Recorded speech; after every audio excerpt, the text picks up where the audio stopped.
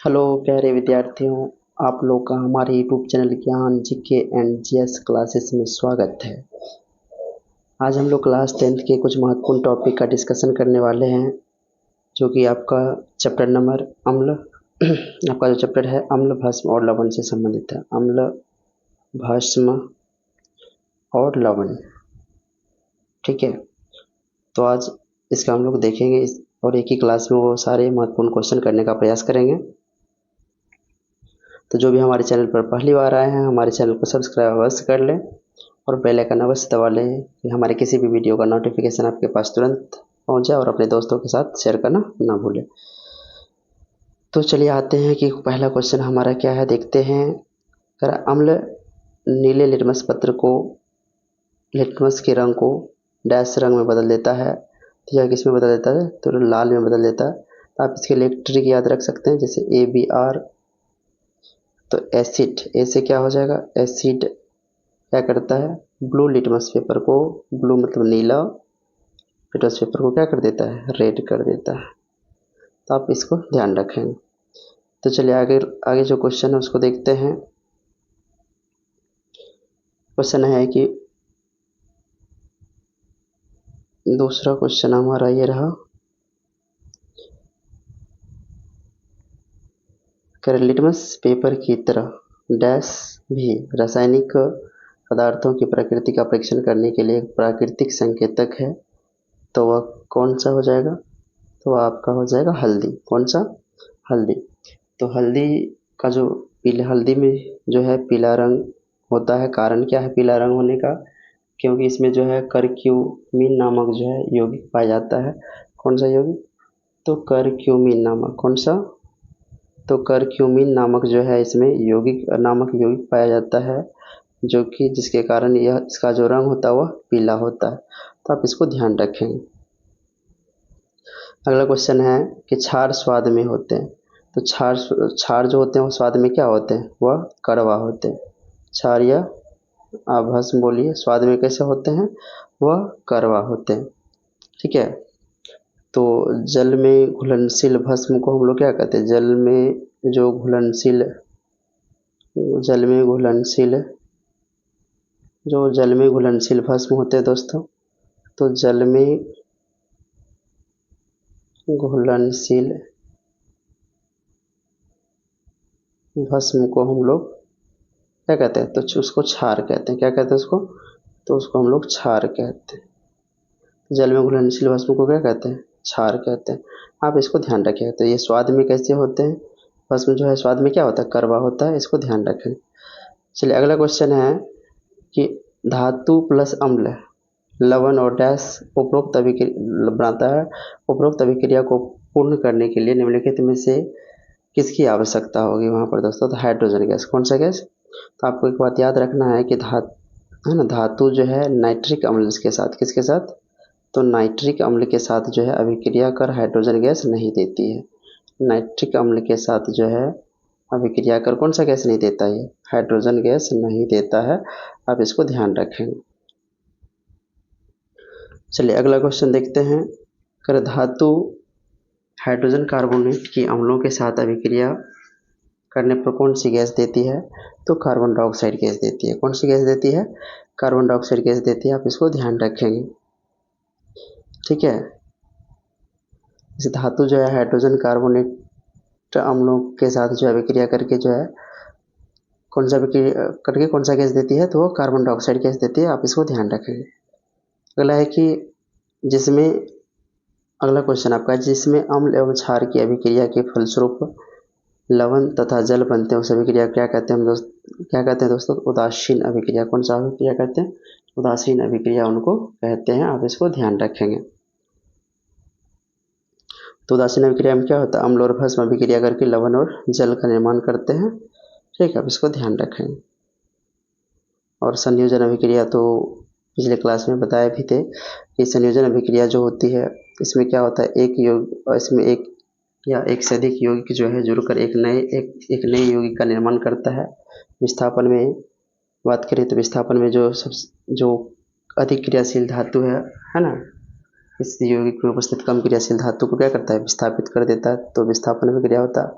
अपघटन में यानी कि अभिक्रिया, वियोजन या अपघटन अभिक्रिया में क्या होता है, एक पदार्थ अपघटित होकर दो या दो से अधिक नए पदार्थ का निर्माण करता है, उसको अपघटन अभिक्रिया कहते हैं हम लोग। तो अगला क्वेश्चन क्या है देखते हैं। चलिए, जो अम्ल H+ आयन देते हैं उन्हें डैश कहा जाता है, अधिक H+ आयन देते हैं। जो कि कम H+ आयन देते हैं उसे क्या कहते हैं, तो जो अधिक H+ आयन देते हैं उसको प्रबल अम्ल कहते हैं, और जो कम H+ आयन देते हैं उसको क्या कहते हैं, दुर्बल अम्ल कहते हैं। यानी ऑप्शन नंबर आपका इसका दूसरा सही हो जाएगा। अगला क्वेश्चन है कि पानी के साथ एक अम्ल का मिश्रण क्या कहलाता है, जिसके परिणाम स्वरूप आयनों की प्रति इकाई सांद्रता में कमी आ जाती है। तो दोस्तों उसको हम लोग कहते हैं तनुकरण। क्या कहते हैं उसको, तनुकरण। क्या कहते हैं उसको, तो तनुकरण कहते हैं उसको। तो याद रखिएगा, पानी के साथ अम्ल का मिश्रण क्या कहलाता है, पानी के साथ अम्ल का मिश्रण क्या कहलाता है, जिसके परिणाम स्वरूप आयनों की प्रति इकाई आयतन की सांद्रता में कमी आ जाती है, तो उसको हम लोग कहते हैं तनुकरण। क्या कहते हैं, तनुकरण कहते हैं। आप इसको ध्यान रखेंगे। अगर पीएच में पी क्या दर्शाता है, तो पीएच में पी पोटेंस को दर्शाता है, और यह एक प्रकार का शक्ति हुआ। क्या हुआ दोस्तों, शक्ति हुआ। तो आप इसको ध्यान रखें। अगला क्वेश्चन है कि वर्षा जल का पीएच मान कम हो, वर्षा जल का पीएच कितना कम होने पर अम्ल वर्षा कहलाता है, तो 5.6 होने पर। और अम्ल वर्षा के लिए जो मुख्य रूप से अगर बात करें, तो अम्ल वर्षा के लिए जो आवश्यक अम्ल वर्षा के लिए जिम्मेदार कौन कौन से गैस होते हैं, तो आप याद रखेंगे सल्फर डाइऑक्साइड और नाइट्रोजन डाइऑक्साइड। ठीक है, तो ये सब जो है गैस है, ये अम्ल वर्षा के लिए महत्वपूर्ण है। अगला क्वेश्चन है कि शुक्र का वातावरण किसका, कि शुक्र का वातावरण स्थूल से बना है, और अम्ल के सफ़ेद और पीले बादल मुख्य रूप से किस अम्ल के होते हैं, तो सल्फ्यूरिक अम्ल के होते हैं। किसके होते हैं दोस्तों, सल्फ्यूरिक अम्ल के होते हैं। आप इसको ध्यान रखेंगे। अगर पेट में अम्लता के उपचार के लिए प्रयुक्त प्रत्यमल एंटासिड कौन सा पदार्थ है, तो वह है मिल्क ऑफ मैग्नीशिया, मतलब MgOH का होल्ट। इसको ध्यान रखें। अगला क्वेश्चन है कि दंत वलक किससे बना होता है, दंत वलक जो है बना होता है दोस्तों किसका, कैल्शियम फॉस्फेट का बना होता है। किसका बना होता है, कैल्शियम फॉस्फेट का बना होता है। इसको ध्यान रखें। अगला है कि ब्लीचिंग पाउडर का रासायनिक नाम है, तो जो ब्लीचिंग पाउडर का जो रासायनिक नाम है वह क्या होता है, कैल्शियम ऑक्सीक्लोराइड। कौन सा, कैल्शियम ऑक्सीक्लोराइड जो है ब्लीचिंग पाउडर को ही हम लोग क्या कहते हैं, विरंजक चूर्ण कहते हैं। कौन सा, विरंजक चूर्ण कहते हैं। तो आप इसको ध्यान रखें। इसको लिखने का दूसरा तरीका भी है, जैसे CaOCl, ठीक है, और Cl, इस तरह से भी हम इसको लिख सकते हैं। चलिए अगला क्वेश्चन देखते हैं क्या है। करे बेकिंग सोडा सामान्य खाना पकाने का घटक का निम्नलिखित में से रासायनिक नाम क्या होता है। जो बेकिंग सोडा होता है तो उसका सूत्र होता है NaHCO3। तो ये बेकिंग सोडा का सूत्र होता है, तो इसको हम लोग कहते हैं सोडियम बाइकार्बोनेट कहते हैं दोस्तों। क्या कहते हैं इसको, सोडियम बाइकार्बोनेट कहते हैं। इसका अनुसूत्र क्या होता है, तो NaHCO3 सोडियम बाइकार्बोनेट। ठीक है, तो आप इसको ध्यान रखेंगे। अगला क्वेश्चन है कि Na2CO3 क्या है दोस्तों, Na2CO3 into 10H2O, Na2CO3 into 10H2O क्या है, तो ये आप याद रखेंगे, ये एक धोवन सोडा है। कौन सा है ना, इसको हम लोग सोडियम कार्बोनेट के नाम से जानते हैं। कौन सा, सोडियम कार्बोनेट, सोडियम कार्बोनेट है ना। तो इसे हम लोग कार्बोनेट, इसको हम लोग धोवन सोडा के नाम से जानते हैं। किससे, धोबिया सोडा, धोवन सोडा या वॉशिंग सोडा के नाम से जानते हैं। इसको ध्यान रखिएगा, वॉशिंग सोडा। क्लियर है। चलिए आगे देखते हैं क्या है। जैसे और सभी इसमें है, जैसे कि टार्ट्रिक अम्ल आपको पता है कि इमली में पाया जाता है, किसमें पाया जाता है, इमली में पाया जाता है, आप इसको ध्यान रखेंगे। चलिए अगला क्वेश्चन है कि निम्नलिखित में से किस यौगिक के निर्माण में धावन सोडा का प्रयोग किया जाता है। तो जो धावन सोडा का सूत्र क्या होता है दोस्तों, NaHCO3 होता है।